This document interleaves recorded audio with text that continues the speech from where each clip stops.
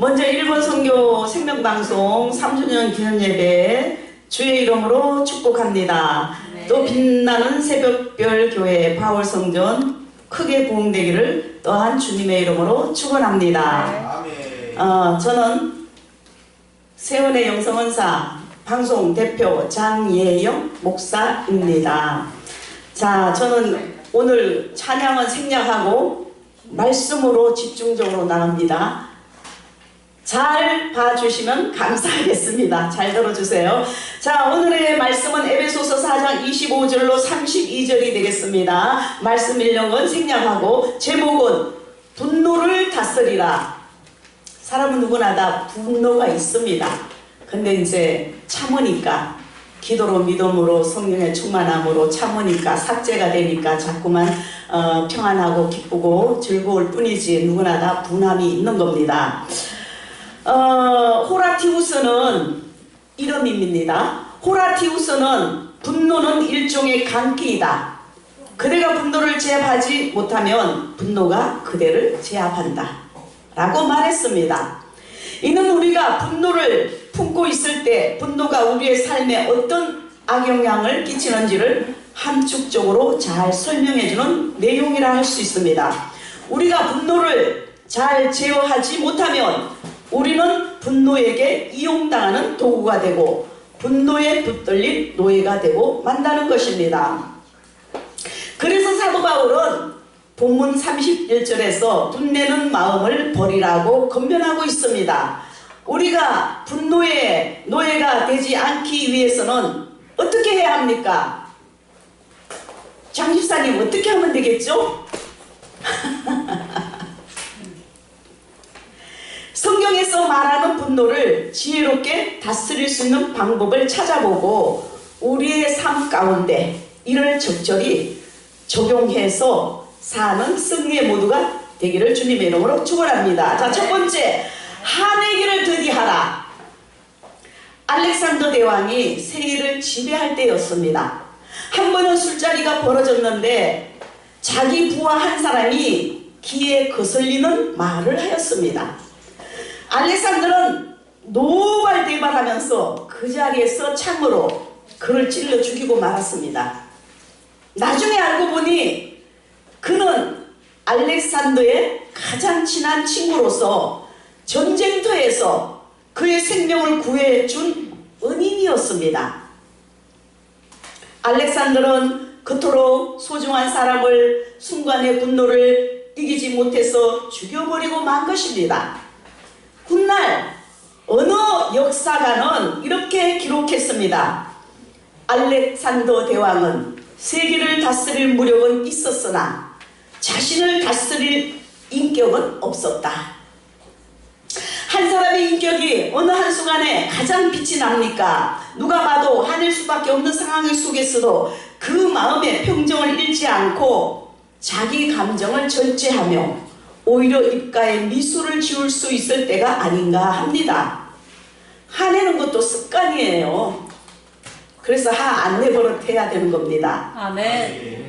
그래서 더디 내야 되는 겁니다. 좀 참아야 되는 겁니다. 자주 화를 내면은 그것이 습관이 돼요. 별일도 아닌데 벌컥 화를 내게 되는 것입니다. 옆에 사람이 불편하고 불안해요. 혈기 부리고 화내면은 그 사람이 싫은 겁니다. 성령의 도움을 항상 구해야 합니다. 우리의 마음을 온유함으로 다스릴 수 있도록 말입니다. 아멘. 우리가 폭발 직전의 분노를 느낄 때 성령은 그 마음을 가라앉혀 주십니다. 아멘. 또 우리의 마음을 다스릴 수 있는 절제의 열매를 맺게 해 주시는 겁니다. 또 때로는 우리는 스스로 어쩔 수 없는 분노의 감정에 휘말릴 때가 있습니다. 어릴 때 성령으로 충만해져서 절제의 고피로 분노의 감정을 묶어야 성내기를 더디할 수 있는 겁니다. 화낼 수밖에 없는 상황에서도 성령으로 충만하여 모든 악독과 노함과 분냄을 버리고 주위 사람들에게 덕을 세우며 은혜를 끼칠 수 있는 멋진 신앙의 인격자가 되시기를 바랍니다. 저부터도 우리 모두 더욱더 두 번째, 화를 냈어도 죄는 짓지 말라. 항상 성령으로 충만하여 최대한 화를 내지 말고 살아야 합니다. 늘 성령으로 충만할 수는 없지만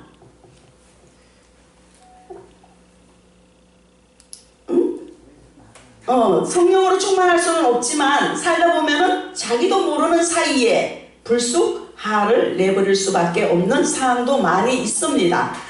분노 그 자체는 죄가 아니지만 언제든지 죄로 이어질 수 있는 가능성을 지닌 폭발물과도 같습니다. 그래서 분노는 사랑, 슬픔, 두려움, 불안, 평안 등과 같은 다른 감정과 마찬가지로 인간의 자연스러운 감정의 하나이기 때문입니다. 이 분노가 잘 다스려지지 못했을 때 생각지도 못했던 큰 죄로 이어질 수 있는 겁니다. 그래서 신문, 사회면, 살인, 폭행, 방화 등과 같은 강력 사건들의 상당수가 바로 홧김에 불내고 홧김에 두드리 패고 그렇게 되었다고 변명하고 후회하기도 합니다. 돌발적인 사건이죠. 그러나 엎질러진 물처럼 아무리 후회해봐도 이미 때는 늦은 것입니다. 이 분노는 많은 갈등과 불안을 겪고 있습니다. 그래서 사도 바울은 26절에 분을 내어도 죄를 짓지 말라고 교훈하고 있습니다.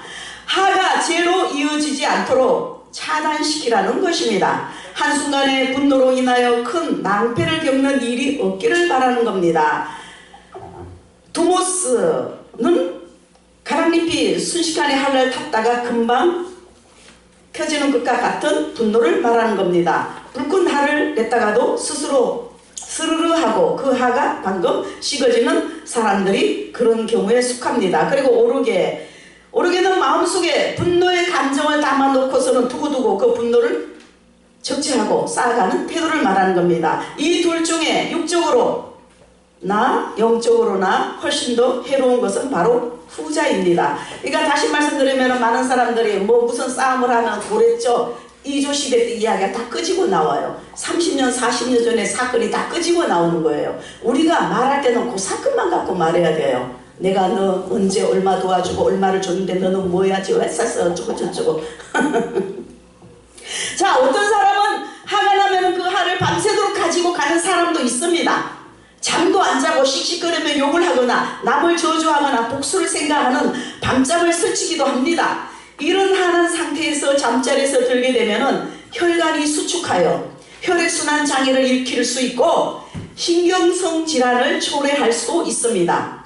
미워하고 원망하는 심령 상태, 복수심을 가진 마음의 상태가 계속 유지되다 보면은 사도 바울이 27절에 경고한 대로 악한 마귀가 틈을 타게 되는 겁니다.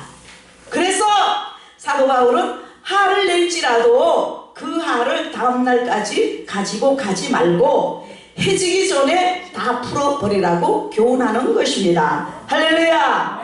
우리는 살다 보면 화나는 일들이 많습니다. 그러나 오래 품지 말고 그날 다 풀어버리시기 바랍니다. 결론입니다. 성 프란시스가 길을 가는데 한 여인이 물동이에 물을 가득 붓고는 그 위에 나뭇가지를 얹은 뒤 그 물동이를 이고 가는 것을 목격하게 되었습니다. 호기심에 왜 그렇게 물동이를 이고 가느냐고 물었습니다. 이 여인은 대답하기를 나뭇가지를 올려놓으면 물이 출렁거리지 않아 흘러내지 않습니다 라고 말했습니다. 우리 마음에도 이렇게 안전장치가 필요합니다. 그것이 무엇입니까? 바로 주 예수를 향한 믿음이며 예수님의 십자가 은혜에 대한 묵상입니다. 예수님의 십자가 보혈의 피공론. 십자가의 큰 너머로 마음속에 분노가 맘대로 흘러넘치지 못하게 해야 합니다. 분내기를 더디하고 분을 내어도 죄를 짓지 말며 속히 풀어버릴 수 있도록 제어할 수 있는 우리 모두가 되시기를 주님의 이름으로 축원드립니다. 할렐루야.